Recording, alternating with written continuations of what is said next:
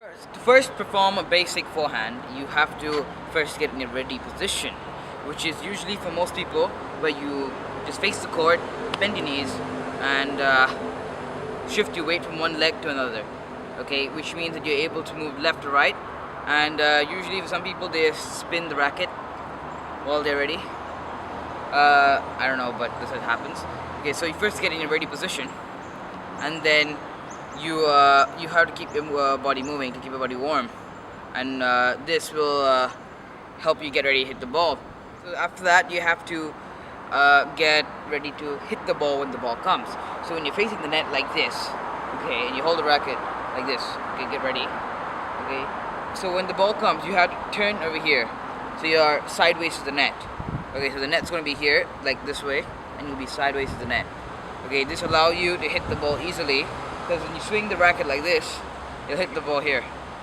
Thus causing the ball to cross the net instead of hitting here and then hitting like this. No, that's not going to be right. That's not going to be comfortable. Or like this. So your legs has to be sideways, and you have to get comfortable to hit the ball. A few examples of the pivot and shoulder turn would be one from Roger Federer where he does it now. Another one from Djokovic where he does it more clearly in slow motion. The other one is from Almargo. Another from Rafael Nadal. So before you hit the ball, you have to first pull back your hand. Okay, this will like allow you to pull back and then swing. So this allows you enough time to give you enough power to hit the ball or drive the ball in this case. A few examples of pulling the racket back completely would be one from Roger Federer where he's holding it. I took a picture of it. The other one's from Djokovic where he's aiming at the ball while pulling the racket back. The other one is from Almargo where he's looking at the ball and holding the racket high. And the last one is from Nadal. While hitting the ball, the easiest way to do this is while hitting the ball, you just imagine you're slapping someone's face. I know it's not the best thing, but then this is a pretty good way to learn how to hit the ball. Let's say the ball's over here, and you have to hit the ball. So you think your racket's your hand, okay? Your racket's your hand, and you have to hit the ball like this, like someone's face. So so imagine you're holding a hand, and you bring your hand back, and you swing, slap across the face, and then you bring it to your shoulder. So you bring it to your shoulder. So this completes the tennis forehand. So here are a few examples of swing to contact and following through. So here's Djokovic, where he swings to contact and he smashes the ball, and then he ends up in the shoulder.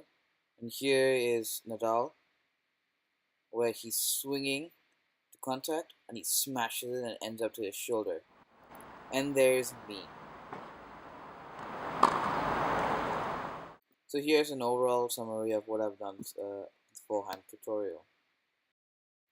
There are 4 basic steps that can be used to play a forehand. Step 1, the pivot and shoulder turn. Step 2, bring the racket back completely. Step 3, swing to contact. Step 4, follow through. The pivot and shoulder turn.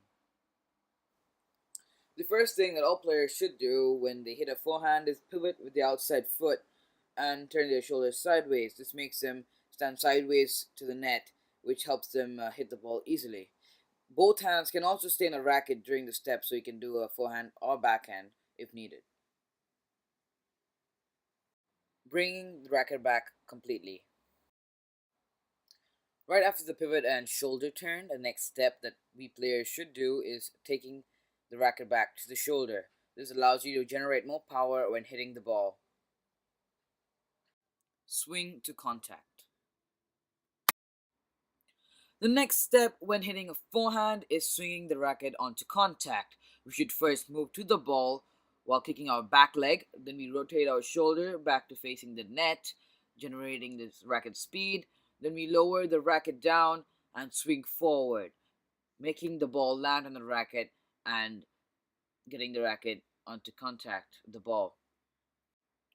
Following through with the racket. The next step in our forehands is to follow through. We should do this by hitting the ball. After hitting the ball, we should bring the racket across our shoulders. This also helps in the accuracy when hitting the ball.